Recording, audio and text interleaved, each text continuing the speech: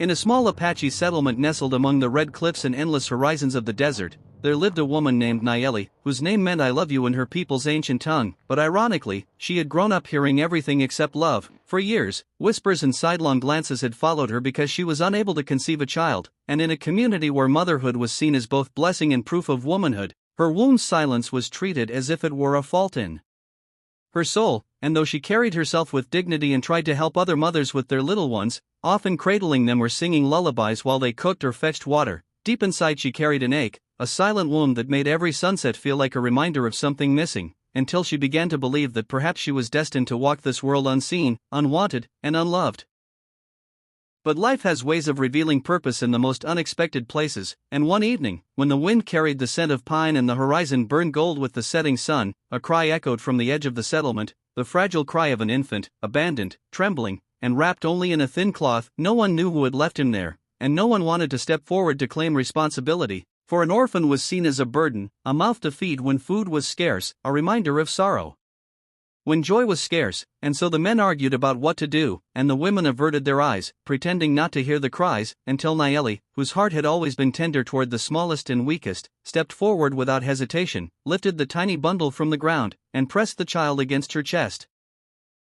The baby, the weak and restless, opened his dark eyes as if searching for a safe harbor, and within moments, as she hummed softly to him, his breathing slowed and he drifted into sleep against her breast, and in that instant, something stirred within Nayeli that no doctor or healer could have ever granted her, a sense of motherhood, fierce and unyielding, as though the universe itself had whispered, "This is your child."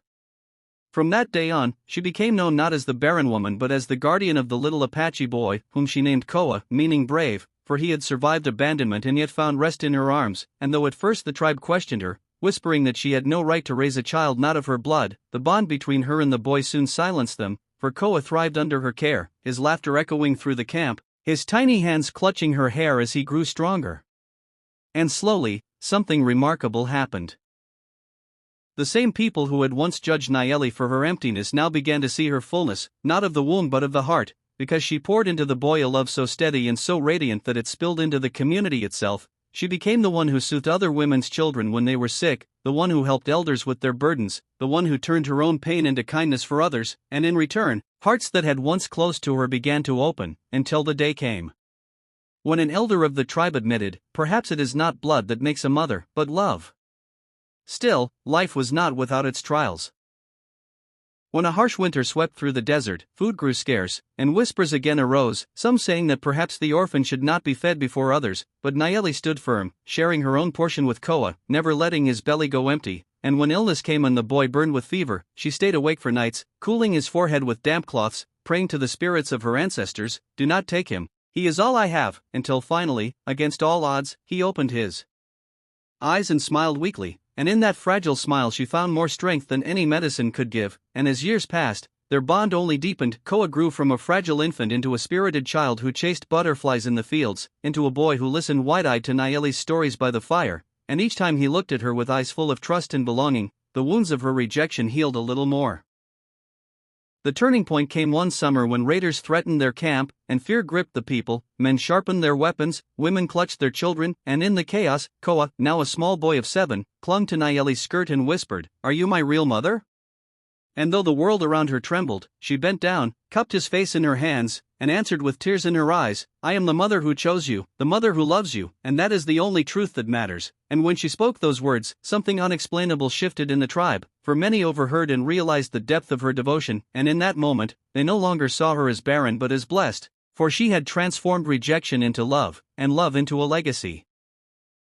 Years later, when Koa had grown into a young man, he would tell anyone who asked that his greatest strength came not from the blood in his veins but from the arms that held him when no one else would, and when Nayeli grew old and her hair silvered with time, it was Koa who built her a shelter near the river so she could rest in peace and dignity, and when she finally passed, the tribe wept as though a great matriarch had left them, for they had come to understand what she had taught all along.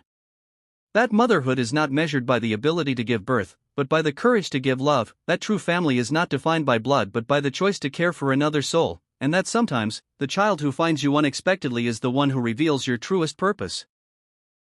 And so her story lived on, passed from lips to lips, told around fires and beneath stars, a story of a woman once unloved because she was barren, but who became the mother of an entire people because one small Apache baby fell asleep in her arms and changed everything, proving that love, when given freely, has the power to turn emptiness into abundance, loneliness into belonging, and sorrow into a legacy of hope that outlives us all.